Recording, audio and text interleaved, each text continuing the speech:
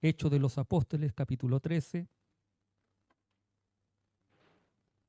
Le damos la bienvenida a Jaime, que Dios le bendiga grandemente, a él, a su familia, y las presentaciones que tendremos en esta tarde.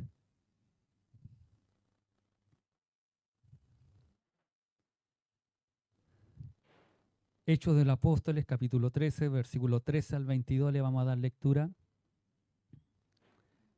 En el nombre de nuestro Señor Jesucristo, les invito a ponerse en pie y leemos la palabra del Señor. Amén.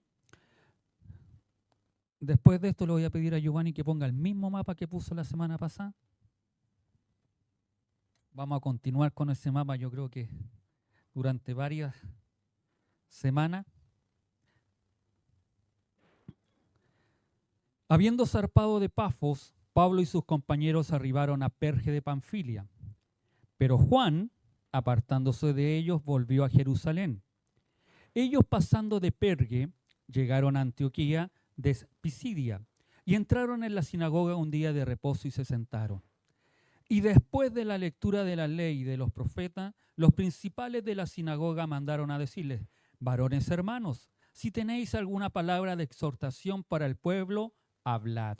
Entonces Pablo, levantándose, hecha señal de silencio con la mano, dijo: varones israelitas, y los que teméis a Dios, oíd. El Dios de este pueblo de Israel escogió a nuestros padres y enalteció al pueblo, siendo ellos extranjeros en tierra de Egipto, y con brazo levantado los sacó de ella. Y por un tiempo como de 40 años los soportó en el desierto. Y habiendo destruido 7 naciones en la tierra de Canaán, les dio en herencia su territorio. Después, como por 450 años, les dio jueces hasta el profeta Samuel. Luego pidieron rey, y Dios les dio a Saúl, hijo de Cis, varón de la tribu de Benjamín, por 40 años. Quitado éste, les levantó por rey a David, de quien dio también testimonio diciendo: he hallado a David, hijo de Isaí, varón conforme a mi corazón, quien hará todo lo que yo quiero. Amén. Toma su asiento. Ya nuestro hermano Esteban oró por la palabra. Le vamos a pedir a Giovanni que nos ponga el mapa de la semana pasada para que nos podamos ubicar hasta dónde viajamos hoy. No es mucho lo que vamos a viajar, ¿sí? Ahí está. No nos olvidemos, la semana pasada aprendíamos de que ellos salieron de Antioquía, llegaron a Seleucia, de Seleucia a Salamina y de Salamina a Pafos. En Pafos, ¿qué sucedió? ¿No se acuerdan? No nos olvidemos que ahí estaba el mago. Y el mago se oponía a que Sergio Paulo escuchara la palabra del Señor. ¿Se recuerdan? Que él no quería que el procónsul, el que gobernaba toda esa zona, se convirtiera al Señor. Entonces se levantó el mago. Y este mago no era un mago como chanta que nosotros podíamos decir, sino que era un erudito, era filósofo, sabía manejar las artes de la astrología, de todo lo que en esa zona se daba. Entonces este era un hombre que convencía y tenía convencido a Sergio Paulo, hasta que Sergio Paulo escuchó la palabra de Dios. Y quedó maravillado, no por lo que le pasó a este mago. Recuerdan que quedó ciego, que Pablo llegó, se levantó con toda la autoridad del Señor y le dijo unas cuantas verdades. ¿Se recuerdan? ¿Sí? Y después de esas cuantas verdades, quedó ciego. Después de eso, después de que ya se haya convertido, ellos cruzan de Pafo, llegan a Atalía primero, porque Pergue está como a 11 kilómetros, pero de ahí es una ciudad solamente de paso. Desembarcaron en el puerto para cruzar, para llegar hacia Pergue, que se encuentra ahí. Si subes un poco el mapa, hijito. Hijito de Dios, como diría. Hasta ahí, hasta ahí. Ellos se encontraron ahí en Perge, como dice la escritura, y de ahí viajaron a Antioquía de Pisidia. Si se dan cuenta, podrían haber hecho eso todo por tierra, pero aquí todo esto es zona montañosa. Por eso no se hizo por tierra, se hacía por mar. ¿Ya? Porque todo esto es tierra montañosa para llegar a Antioquía. Todo esto son cerros, son acantilados que tuvieron que cruzar. ¿Ya? Este capítulo y en particular desde que se encuentra en Antioquía se registra el primer sermón o discurso de Pablo. Tiene matices y elementos muy parecidos a los sermones de Pedro y en particular en que debe haber calado hondo en el corazón de Pablo era el de Esteban. ¿Se recuerdan el sermón de Esteban cuando él da esa defensa de su fe, de que por qué él predicaba de Cristo? Pablo comienza haciendo casi la misma predicación que estos dos varones, con la única diferencia que él no maltrata al pueblo o no le dice ustedes hicieron esto otro, sino que al contrario muestra cómo Dios se va realizando las cosas. Los estoicos, que eran una clase de filósofos, creían que la historia no hace más que repetirse. Un veredicto moderno dice que la historia no es más que sucesión de los pecados y errores de la humanidad. Pero el punto de vista cristiano es optimista. Estamos seguros que la historia siempre avanza hacia una culminación según el propósito de Dios. Esta secta de los estoicos decían que la vida es cíclica. Se cambian solamente los personajes, pero todo vuelve a la normalidad. En la escuela, para nosotros los que estudiamos hace muchos años atrás, no sé si se recuerdan los que son de mi edad, teníamos un ramo que se llamaba Ciencias Naturales. Y en Ciencias Naturales nos enseñaban lo que era el ciclo de la vida. Y nos enseñaban el ciclo del agua, hoy no sé cómo se llamará, pero nos enseñaban de que el agua caía como lluvia, bajaba, se iba por los ríos, llegaba al mar, se evaporaba y después nuevamente hacía... Eso es cíclico, ¿ya? Y pensaban estos estoicos que el pecado o la humanidad también era cíclica, que no había cambios en la historia. Pero hoy a través de la palabra que vamos a ver en estos pasajes, vamos a ver que la historia precristiana aparece marcada en lo que tiene de transitorio y pasajero, que siempre hay algo que Dios hace a través de la historia.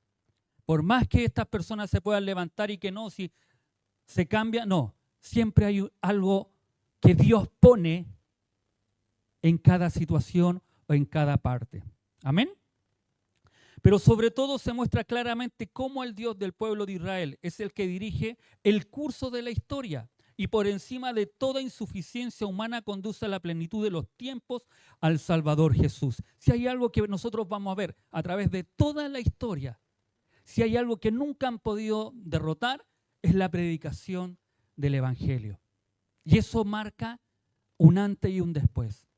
Si nosotros vemos la historia de la iglesia cristiana, podríamos decir que Dios siempre se ha mantenido un remanente fiel para poder llevar su verdad, para llevar su palabra. Ustedes, nosotros, somos ese remanente que el Señor tiene hoy en día para llevar su verdad. Amén. Y siéntase gozoso con eso. Siéntase contento, porque usted es parte de eso. No es solo para calentar un asiento, para que esté en una iglesia, sea un número, no.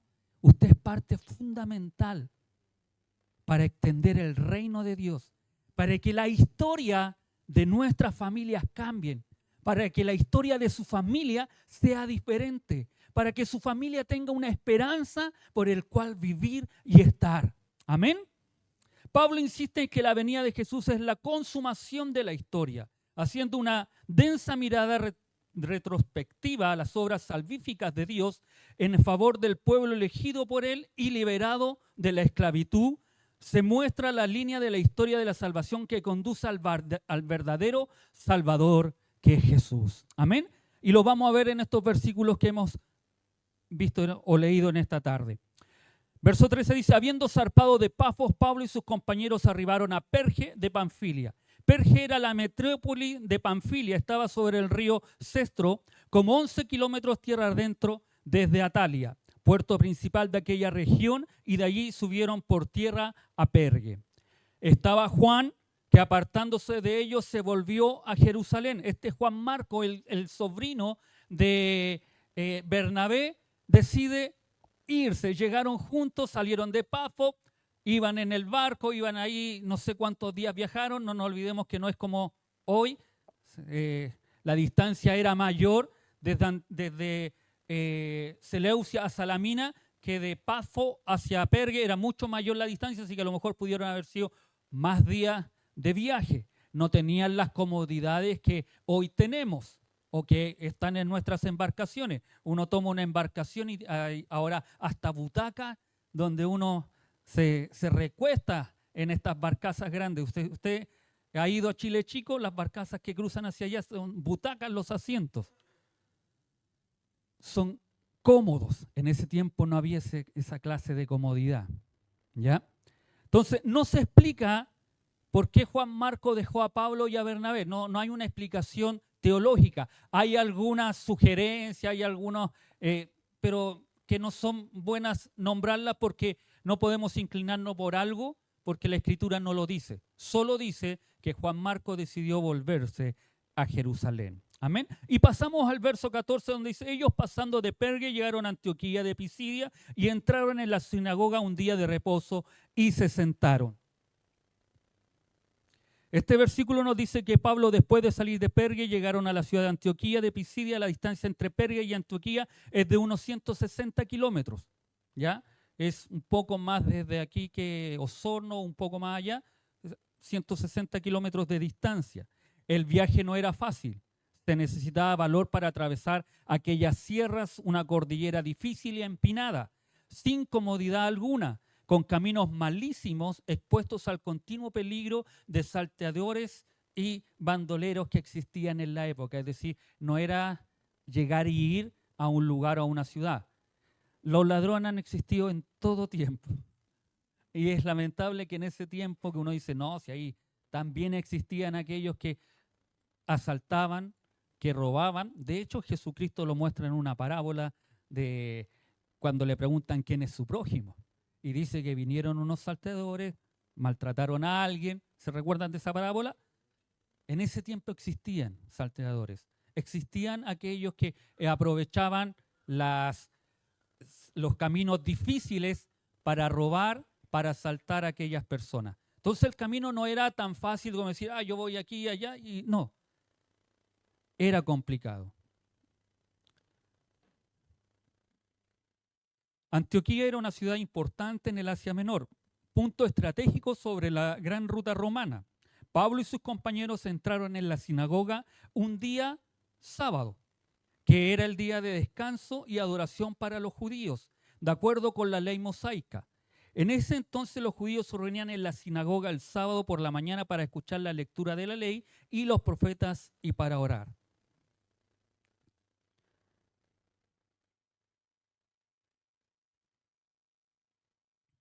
Las sinagogas empiezan un poco de historia, empiezan a cobrar relevancia o empezaron a existir desde el destierro o desde que ellos fueron cautivos hacia Babilonia. Como no había templo, como no había lugar donde ellos pudieran adorar, empezaron a crear sinagogas. La sinagoga es distinto o diferente al templo. En las sinagogas no se hacían sacrificios, porque los judíos solamente decían que para hacer sacrificio debía ser en el templo. Cuando se destruye en el año 70 el templo, el segundo templo, por eso usted puede ver hoy noticias y el fin del mundo al instante, que son cristianos, ellos dicen que están preparándose, o los judíos ya tienen preparado para formar el tercer templo. De hecho, hace unos años atrás salió una noticia muy bullada de que no habían existido todavía esos becerros que tenían que ser sacrificados y empezaron ya a nacer, empezaron a crearse y se habían extinguido aquellos becerros, pero hoy ya están esos becerros donde los judíos están preparándose para celebrar o para realizar el tercer templo. No vamos a hablar de aquellos instantes porque no es hoy, pero sí es importante que sepamos que en las sinagogas no se hacían sacrificios, se hacían oraciones, las reuniones podían durar horas y se incluían. Se recitaba el Shema, que esto es Deuteronomio capítulo 6 del 4 al 9. ¿Y qué dice esto? ¿Sabe lo que dice Deuteronomio capítulo 6 del 4 al 9? Lo dije bien, ¿cierto? ¿Se recuerda? No sé si Giovanni puede, o quién está ahí controlando el... Del 4 al 9 dice, oye Israel, Jehová, nuestro Dios, Jehová uno es. Y amarás a Jehová, tu Dios, de todo tu corazón y de toda tu alma y con todas tus fuerzas. Y estas palabras que yo te mando hoy estarán sobre tu corazón. Y las repetirás a tus hijos y hablarás de ellas, estando en tu casa y andando por el camino y al acostarte. Y cuando te levantes, y las atarás como una señal en tu mano y estarán como frontales entre tus ojos y las escribirás en los postes de tu casa y en tus puertas. Si hay algo que los judíos hacían, eran todos los días, mínimo tenían que recitar 2 veces la Shema, que era esto. Por eso para ellos decir que Jesucristo era Dios era complicado, porque ellos desde pequeños, desde la edad de Lucas, de Martín, empezaban a escuchar en sus casas porque sus padres tenían que repetirle la Shema. Oye Israel, Jehová es tu Dios y uno es. Amén. Imagínense si nosotros le dijéramos, a veces les repetimos, o uno ve que en las casas les repiten otras cosas que no edifican, si nosotros a nuestros hijos desde pequeños le enseñáramos que Dios es uno solo. Y todos los días escuchar eso. Por eso los judíos eran tan arraigados a solamente servir a Dios. Por eso ellos tenían arraigados, se iban es decir, para ellos el día de reposo era el día de reposo. Para ellos el día de iglesia, llamémosle así, el día en que tenían que ir a la sinagoga, era el día en que había que ir a la sinagoga y no lo transaban con nada. Como nosotros a veces no, si nosotros tenemos que lavar ropa o tenemos que hacer cualquier cosa, decimos no, el día, no, para ellos no, para ellos y para nosotros debiera ser el día en que nos reunimos a adorar al Señor, debiera ser un día especial. Amén. Leían la ley y los profetas, la predicación y enseñanza de los rabinos y maestros, la oración y la alabanza, la discusión y debate sobre la ley y los profetas. Estas cosas ellos se reunían en la sinagoga. Es importante destacar que en esto entonces el día de reposo era un día sagrado para los judíos y se observaba estrictamente. Los judíos no trabajaban ni realizaban actividades mundanas en ese día y se dedicaban a la adoración, al estudio y la reflexión. Eso ellos hacían en el día de reposo. Amén. Preguntémonos si nosotros hacemos eso. Nos dedicamos completamente al Señor. En cuanto al tiempo exacto que duraban las reuniones, no hay un registro preciso en la Biblia. Sin embargo, se cree que podían durar varias horas, posiblemente desde la mañana temprano hasta el mediodía o la tarde. Y a veces nosotros se nos alarga un poco el predicador o los hermanos del coro cantan un poco más y ya estamos mirando ya la hora para podernos ir porque decimos tengo que ir a hacer ciertas cosas. Cuando la preocupación nuestra debiera ser solamente de adorar y exaltar, alabar, aprender de este Dios maravilloso. Amén. Cuando nos reunimos para adorar a Dios debemos hacerlo no solo con oración y alabanza, sino para leer y oír la palabra de Dios. No basta con la sola lectura de las Escrituras en las asambleas públicas. Ellas deben ser expuestas y se debe exhortar a la gente con ellas. Esto es ayudar a que la gente haga lo necesario para sacar provecho de la palabra, para aplicarla a nosotros mismos. ¿Sabe qué? Y esto es importante. No nos sirve de nada venir a la iglesia donde cantamos, adoramos, ofrendamos y donde escuchamos a alguien que nos repite como loro. No nos sirve de nada si lo que yo escucho no lo aplico a mi vida. Cada vez que usted venga, cada vez que usted asista a la iglesia, cada vez que usted se siente incluso en su hogar a escuchar un mensaje, sáquele provecho. Escuche lo que Dios le puede hablar, lo que Dios nos puede hablar. Y lo que escuchemos, llevémoslo a la práctica. Y ahí donde sacaremos el provecho de poder asistir, estar, el congregarnos, el buscar de Dios. Puede ser latero a lo mejor que le digan siempre lo mismo, pero si se lo están diciendo es porque Dios quiere que eso lo podamos cambiar y transformar en nuestras vidas.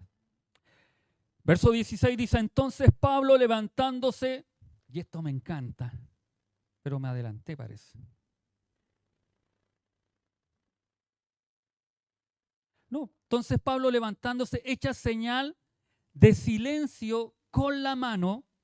Esto, ver a Pablo que se levantara. Me adelanté, ¿cierto? No di el verso 15 parece. ¿O sí? ¿Lo di o no? ¿No?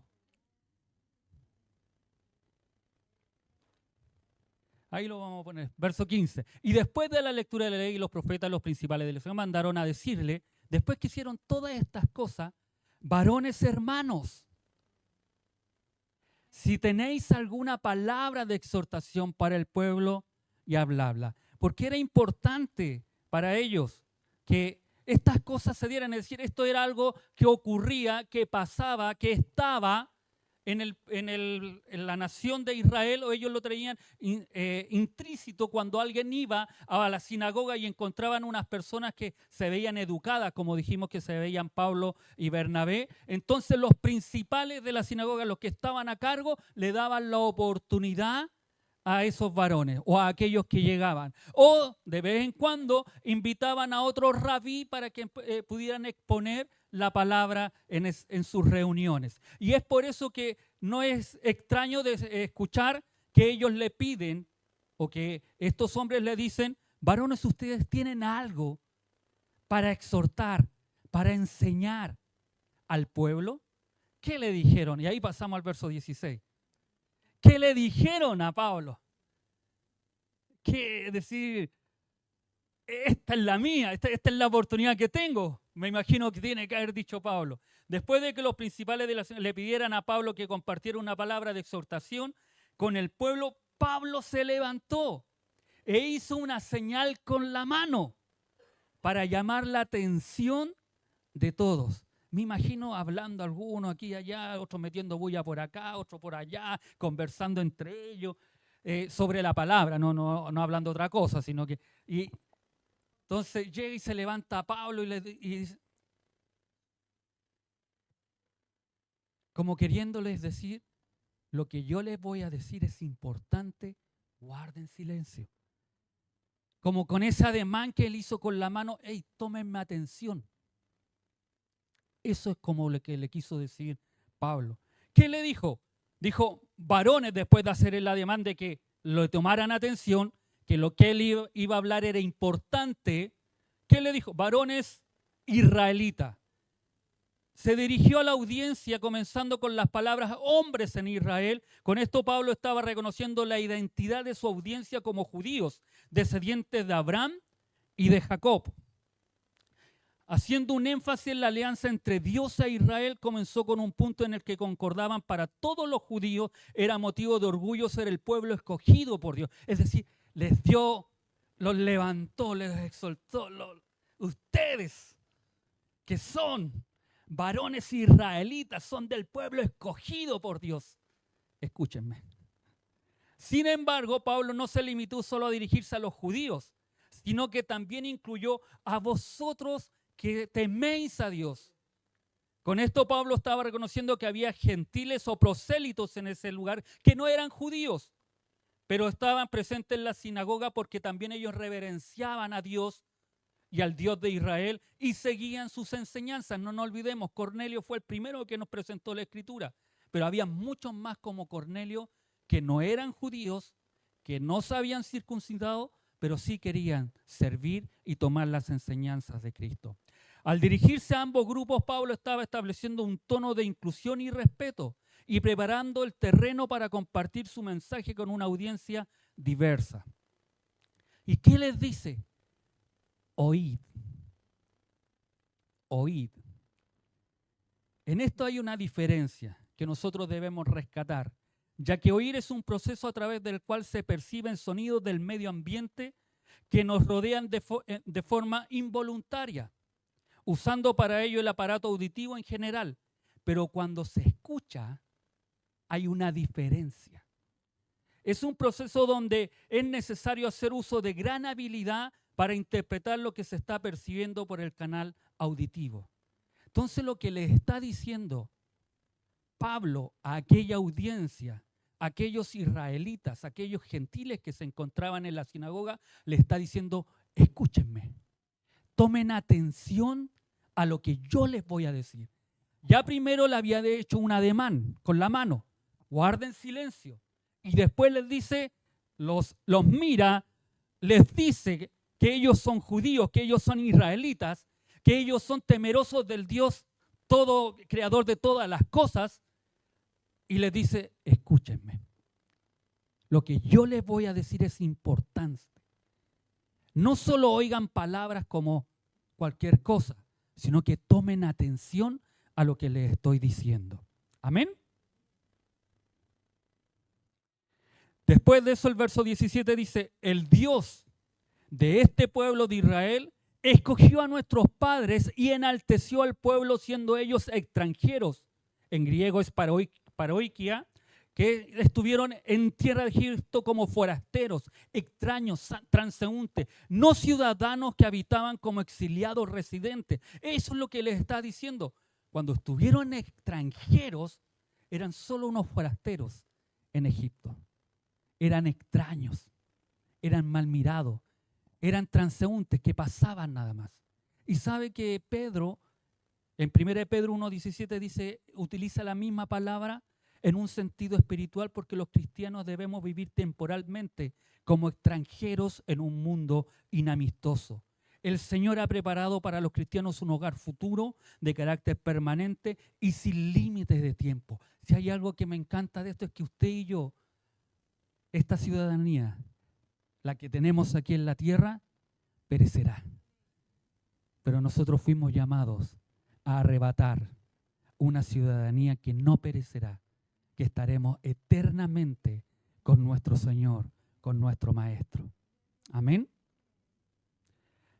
Y dice la Escritura, verso 17, y con brazo los levantó y los sacó de ella. Finalmente Pablo dice que Dios con brazo extendido los trajo de allí. Esto se refiere al éxodo de los israelitas de Egipto, en el que Dios los liberó de la esclavitud y los guió hacia la tierra prometida. El brazo extendido es una imagen poderosa que simboliza la fuerza y el poder de Dios para salvar a su pueblo. En los versículos siguientes Pablo continuará compartiendo la historia de la salvación de Dios con Israel. Si esto no nos motiva, si esto no alentaba a aquellos hombres que estaban escuchando, diciéndoles: ¿saben qué? Ustedes eran forasteros, eran extranjeros, ustedes no tenían residencia allá, y Dios los sacó con mano poderosa y los llevó por el desierto, y Él hizo todas aquellas maravillas con su poder. Cuando cantábamos y Sebastián cantaba esa nube, yo me hacía alusión de lo que sucedió durante 40 años, donde había una nube que guardó a su pueblo, que lo protegió. Y Dios, con ese brazo, con ese poder, levantó y sacó a su pueblo. Y Pablo le está haciendo recordar aquellas cosas a este pueblo. Le está haciendo recordar lo que Dios hizo por ellos. Que ellos recuerden lo que Dios hizo cuando ellos no eran nada en una nación. Eran numerosos, sí. Eran esclavos, sí. Eran trabajadores, sí. Pero no eran nada para los egipcios. Pero para Dios, para el Dios creador de todas las cosas, ellos sí eran importantes. Quizás para muchas personas usted y yo no valimos nada. Nos miran como chinche, sin importancia. Pero quiero decirle que para Dios somos importantes. Amén. Verso 18 dice: y por un tiempo como de 40 años los soportó en el desierto. Las referencias eran conocidas y amadas, y no solo eso, sino que los judíos estaban acostumbrados a la idea de que Dios se revelara a través de la historia en su pueblo. Lo único que cuenta en el desierto es que Dios los soportó.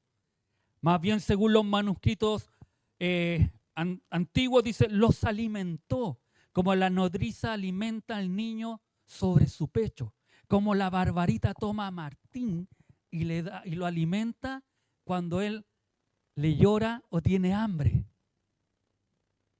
Así Dios alimentó a su pueblo. Uno al leer la palabra soportar es como, no, tengo que soportar. No, la traducción en el griego es diferente. Ese soportar es de amar, es de quererlo hacer de una forma como solo Dios lo podía hacer, porque el pueblo estaba acostumbrado a sus tradiciones, cultura y servir a otros dioses. Y durante 40 años, a pesar que ellos servían a otros dioses, tenían otra cultura, se querían volver a Egipto, se querían ir a... Él los soportaba, Él los amaba. Amén. La frase los soportó es también importante ya que destaca la fidelidad y el cuidado de Dios hacia su pueblo, incluso en medio de la prueba y el sufrimiento. A pesar de las rebeliones y los errores de los israelitas, Dios siguió siendo fiel y los soportó en el desierto, proporcionándoles el maná, agua y protección. No solo un día. El escritor, y Pablo aquí le está diciendo, durante 40 años. Amén. Nosotros a veces nos cansamos y decimos, ayudamos a este y lo ayudamos un tiempo. Pero Dios no es así. Durante 40 años. Y me imagino que estando ahí empezaron ellos a recordar las historias de sus antepasados que le contaron, donde le decían que sus vestiduras no se desgastaron, que sus calzados no se desgastaron. Hoy usted y yo compramos unos zapatos y pensamos que nos van a durar eternamente, pero usted sabe que a los 3 o 4 años ya esos zapatos están rotos, las zapatillas ya no sirven, pasa por aquí por la lluvia y se le entra todo el agua por debajo, por los lados. Pero en ese tiempo, imagínense, 40 años, donde sus sandalias no se desgastaron, donde sus vestimentas no se desgastaron y Dios los alimentaba y Dios los cuidaba. Eso es lo que le está diciendo Pablo. Y ese Dios, él está predicando, de ese Dios poderoso que ellos conocían y sabían. Este verso destaca la paciencia y la fidelidad de Dios hacia su pueblo y cómo Él los soportó en el desierto durante 40 años antes de llevarlos a la tierra prometida. Quizás ninguno de nosotros lleva 40 años en el Evangelio, además de nuestro hermano Antonio y nuestra hermana Luzmira. Pero el tiempo que hemos llevado, Dios sigue protegiendo y guardando a los suyos. Verso 19 dice, y habiendo destruido 7 naciones en la tierra de Canaán, les dio la tierra como herencia. Pablo sigue narrando la historia de la salvación de Dios con Israel. En este verso menciona la conquista de Canaán por parte de los israelitas bajo el liderazgo de Josué después de la muerte de Moisés. La tierra de Canaán era la tierra prometida por Dios a Abraham y sus descendientes. Y la destrucción de las 7 naciones que habitan allí fue un acto de juicio por parte de Dios debido a su maldad y la corrupción. Luego Dios le da la tierra como herencia a los israelitas, cumpliendo sus promesas. Dios siempre cumple sus promesas. Ha pasado el tiempo, han pasado los años, más de 400 años que estuvieron en esclavitud, después otros tantos años que estuvieron vagando en el desierto, y Dios les da la tierra prometida. Dios siempre cumple sus promesas. Amén. Por eso usted no dude del Señor. No dude de que Dios no vaya a cumplir lo que Dios le ha prometido. A veces nosotros nos damos la vuelta larga cuando Dios quiere hacerlo más corto, y tenemos la historia de ese pueblo. Lo que podían haber hecho en 40 días, se demoraron 40 años porque ellos mismos dijeron y hablaron que iban a morir en el desierto. Pablo sigue destacando la soberanía y el poder de Dios en la historia de Israel y cómo Dios ha estado presente en todo momento, guiando y dirigiendo a su pueblo hacia el cumplimiento de sus propósitos No hay nada que a Dios se le pase. A veces nosotros creemos que Dios no tiene el control, pero Dios siempre tiene el control de todas las cosas. El verso 20 comienza diciendo: después de estas cosas, después que conquistaron la tierra, después de que sucedieron estas cosas, como por 450 años les dio jueces hasta el profeta Samuel. Y ahí le hizo recordar algo que sucedía. ¿Qué sucedía? ¿Por qué sucedía con los jueces? El pueblo empezaba a hacer el bien cuando había un juez. Moría aquel juez, el pueblo comenzaba inmediatamente a desviarse. Ahí los enemigos venían y oprimían al pueblo de Israel, y una vez más ellos clamaban, oraban a Dios, y Dios les escuchaba y les levantaba nuevamente un juez para que los libertara de la opresión de sus enemigos. Pablo sigue narrando la historia de la salvación de Dios con Israel después de mencionar la conquista de Canaán y la posesión de la tierra prometida. Pablo menciona el periodo de los jueces en la historia de Israel. Los jueces fueron líderes que Dios levantó para gobernar y guiar a Israel después de la muerte de Josué.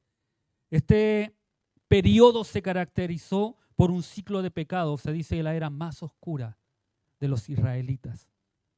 Pero también hubo pecado, pero también hubo juicio y salvación, en el que los israelitas se alejaban a Dios, eran oprimidos por sus enemigos y luego clamaban a Dios por ayuda. Dios entonces les levantaba un juez para que los liberara y los gobernara. Amén.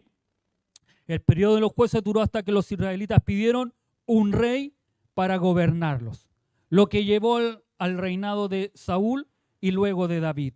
Pablo menciona específicamente al profeta Samuel como el último juez de Israel, quien fue un líder importante en la transición de Israel de un gobierno de jueces a un gobierno monárquico bajo el rey Saúl. En este versículo Pablo sigue destacando la guía y el cuidado de Dios por su pueblo, incluso en los momentos de pecado y rebelión, como Dios siempre busca restaurar su relación con ellos. Si hay algo que Dios siempre quería, era restaurar. Amén. Y esto es importante. Luego pidieron rey. Y Dios les dio a Saúl, hijo de Cis, varón de la tribu de Benjamín, por 40 años. Pablo sigue narrando la historia de la salvación de Dios con Israel. Después de mencionar el periodo de los jueces, Pablo menciona que los israelitas pidieron un rey para gobernarlos, en lugar de confiar en Dios como su rey. Qué triste. Qué triste a veces es eso. Querer cambiar el gobierno de Dios por uno de hombre, por uno humano, por uno que no va a dar lo que realmente Dios quiere dar a su pueblo. Dios accedió a su pedido y les dio a Saúl, hijo de Cis, de la tribu de Benjamín, como su primer rey. Saúl reinó sobre Israel durante 40 años, pero su reinado terminó en tragedia debido a su desobediencia y rebeldía contra Dios. ¿Sabe que si hay algo que me llama mucho la atención? Y yo le preguntaba al Señor, porque estos dos versos, el verso 21 con el 22, como que se contradicen no entre sí en la Escritura, sino que nos marcan la historia y lo que realmente quiere Dios para la humanidad. En el versículo 21, Pablo les recuerda a los israelitas que ellos pidieron rey. Y Dios les dio uno conforme a su corazón, a lo que ellos miraron, a lo que ellos vieron. Pero tampoco se dieron cuenta de lo que Dios les dio. Porque si uno mira la Escritura, mira la profecía, mira las promesas de Dios, Saúl nunca debiera haber sido el rey. Porque el Salvador del mundo venía por la tribu de Judá. No venía por la de Benjamín. Entonces, cuando Dios le responde y les pone rey, ¿ellos qué miraron? ¿A quién quisieron? Al que era más alto y más guapetón. Era como si hubieran hecho ¿un qué? Mi universo, Hubieran buscado, como que buscaron al más hermoso para que los reinara. Y dice la escritura que era el más alto, era bonito, podríamos decirle así.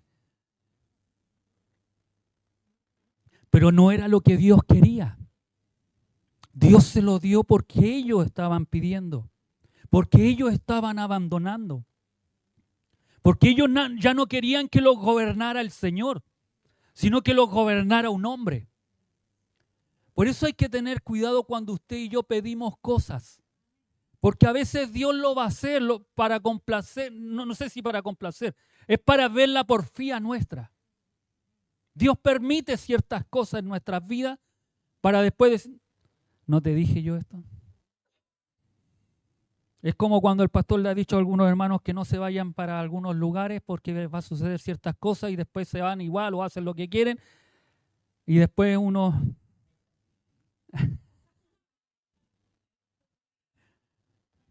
Así es, po.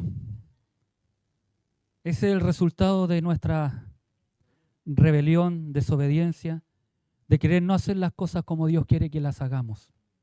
Por eso es importante que nosotros, cuando oremos al Señor, no oremos pidiendo nuestra voluntad, sino que oremos pidiendo lo que Dios quiere que haga, lo que Él quiere hacer en nuestras vidas.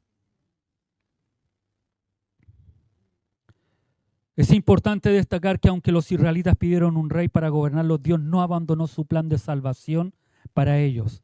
Pablo sigue destacando la soberanía de Dios en la historia de Israel y cómo Dios sigue siendo fiel a su pueblo, incluso cuando ellos se alejaban de Él. Verso 22 dice, quitando les levantó por rey a David, es decir, quitando a Saúl. Les levantó por rey a David, de quien dio también testimonio diciendo, he hallado a David, hijo de Isaí, varón conforme a mi corazón. Y agrega algo más Pablo aquí, quien hará todo lo que yo quiero, no lo que yo quiero, sino que lo que Dios quiere. Todo lo que Dios quería hacer, David lo iba a hacer, a pesar de que usted ve la historia de David, no era muy buena. Pablo sigue narrando la historia de la salvación de Dios con Israel después de mencionar el reinado de Saúl y su remoción. Pablo menciona que Dios levantó a David como rey en su lugar. David es una figura importante en la Biblia y es considerado uno de los reyes más grandes de Israel. Fue un hombre que buscó a Dios con todo su corazón y fue elegido por Dios para ser el rey de Israel. La frase hombre conforme a mi corazón se refiere a que David era un hombre que estaba dispuesto a seguir a Dios y a hacer su voluntad. Y la frase que hará todo lo que yo quiero se refiere a que David estaba dispuesto a obedecer a Dios y cumplir sus propósitos. Pero usted me puede decir, pero pastor, casi todas las historias de David son malas. Censó al pueblo cuando no tenía que censarlo. Llegó y miró a la mujer que no debía mirar. Era flojo porque ese tiempo tenía que salir a la guerra y él no salió a la guerra, él se quedó allá. Mirando más que durmiendo. Porque en esa, cuando él quedó mirando, deseó en su corazón a la mujer de Urías. Y después cuando esta chica estaba embarazada, ¿qué hace? Manda a buscar a Urías y lo embriaga y Urías no, fiel. No, ¿cómo yo voy a estar ahí con mi mujer si los soldados, mis compañeros, mis amigos están en la batalla? ¿Se recuerdan aquella historia? Y por 2 días lo tiene ahí. Y como no pudo hacer nada y no pasó nada, lo manda con una carta a que se presente a su general y en esa carta él la lleva donde estaba sentenciada su muerte. Este es David. Pero así como cometía errores y faltaba, cuando él se daba cuenta de los errores que cometía, se arrepentía y le pedía perdón al Señor. Se arrepentía. Cuando él se daba cuenta que había fallado ante Dios. Los que estuvimos el jueves pudimos ver que en el Salmo 51 que él escribe después de que Natán le dice, ¿sabes qué? Y le cuenta la historia y le dice, ese eres tú. Porque así le dijo Natán, ese eres tú. Tenías mucho por acá, pero fuiste a tomar la que no correspondía. Y él se da cuenta de ese error y escribe el Salmo 51, donde es un salmo de arrepentimiento, de que le pide al Señor que había pecado contra él. Y le pide una cosa que no sé cuántas veces usted le ha pedido cuando le ha fallado al Señor. Señor, no quites de mí tu Santo Espíritu. Cuál importante es darnos cuenta cuando le fallamos al Señor. Y aunque David fallaba, su reinado no fue el mejor. Sus hijos se levantaron contra él. Su reinado después se divide. Aunque lo toma Salomón, después ellos pierden el reinado. Se levantan unos, se matan entre hermanos. Y aún así la Escritura dice que David era conforme al corazón. Porque él iba a hacer todo lo que Dios le dijera que iba a hacer. Cuál importante es que tú y yo podamos tener ese corazón que el Señor quiere. Cuál importante que a través de la descendencia de David iba a venir el Salvador. Génesis 49:10, conforme a la promesa, antes de que vinieran los reyes, antes de que vinieran aquellos hombres. En Génesis, cuando está casi ya terminando la vida de Moisés, no, ni siquiera comenzaba la vida de Moisés en Génesis, sino de Jacob. ¿Se recuerdan? Dice, profecía de Jacob acerca de sus hijos. Jacob ya iba a fallecer y empieza a bendecir a sus hijos y los empieza a traer. Judá es el tercer hijo. Él no podía venir, pero como los otros dos fallaron, empezó a bajar. Y en Judá recae la promesa que dice, no será quitado el cetro de Judá, ni el legislador de entre sus pies hasta que venga Silo. Y a él se congregarán los pueblos. Ese Silo que aparece allí significa hasta que venga el Mesías. En hebreo significa hasta que venga el regalo, hasta que venga el Salvador, hasta que venga el don de Dios. Entonces lo que le está diciendo Jacob, poniendo las manos sobre Judá, es que la bendición, el Salvador, el Mesías, el Salvador de la humanidad, iba a venir por la tribu de Judá. Y ese Salvador es Jesucristo. Por eso usted se pregunta, ¿por qué tuvo que...? Y yo me preguntaba y le decía, Señor, ¿qué tienen que estos dos versículos? ¿Por qué Pablo se los enumera? Porque ellos eran conocedores de las promesas de Dios. Y aunque en la tribu de Benjamín vino el primer rey, no era lo que Dios quería para ellos, tenía para ellos. Pero se los dio porque ellos lo estaban pidiendo. Porque ellos querían. Y viendo la cronología, posiblemente David era muy pequeño o a lo mejor aún no nacía cuando Saúl fue coronado como rey. Entonces todavía no estaba el rey que Dios quería para su pueblo. Dios tenía determinado, porque si uno ve la historia de Samuel, después de Samuel sus hijos no hicieron o no estaban conforme a la voluntad de Dios. Entonces los que debían haber tomado como jueces podrían haber sido los hijos de Samuel, pero no estaban alineados con la voluntad de Dios. Entonces Dios les iba a levantar un rey. Pero ellos se apuraron. Como muchos de nosotros a veces nos apuramos y queremos que las cosas sean ahora ya. Y no esperamos en la voluntad de Dios. Que la voluntad de Dios es perfecta. Cumple las promesas que Dios quiere. En Génesis 49, cuando estaba muriendo Jacob, cuando todavía ni siquiera venía Moisés, todavía ellos no estaban en la tierra prometida, Dios ya estaba prometiendo de dónde iba a venir el regalo, el dador de la vida. Desde qué tribu iba a venir el descendiente que iba a salvar a la humanidad.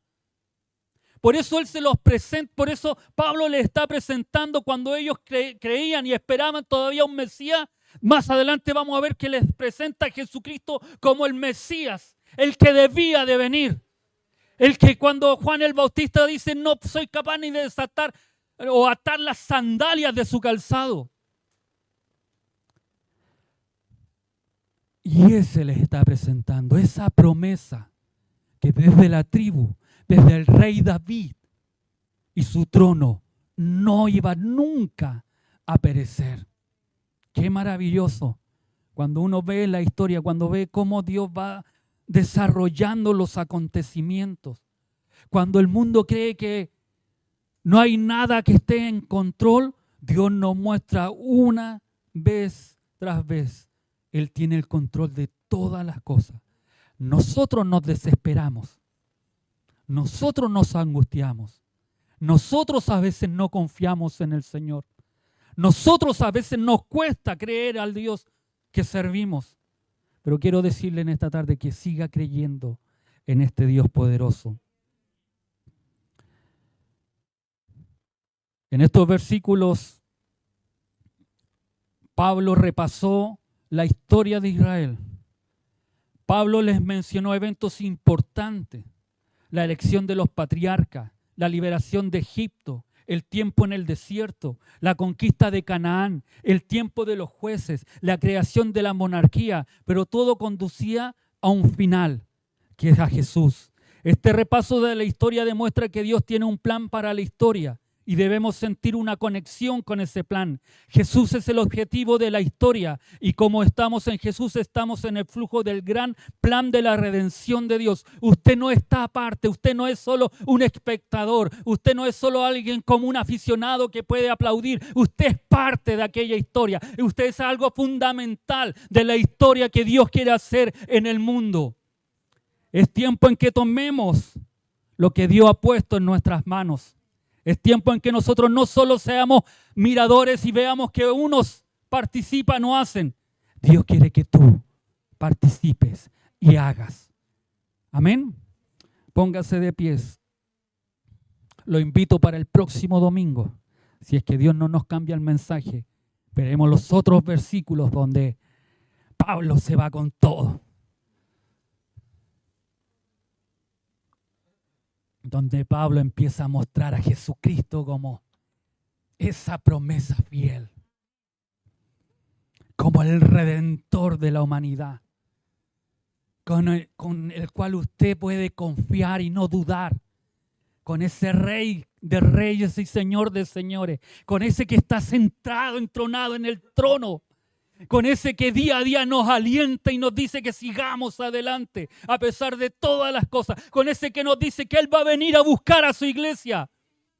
Que sigamos confiando en aquella esperanza. Reina, nos lleva en oración, por favor.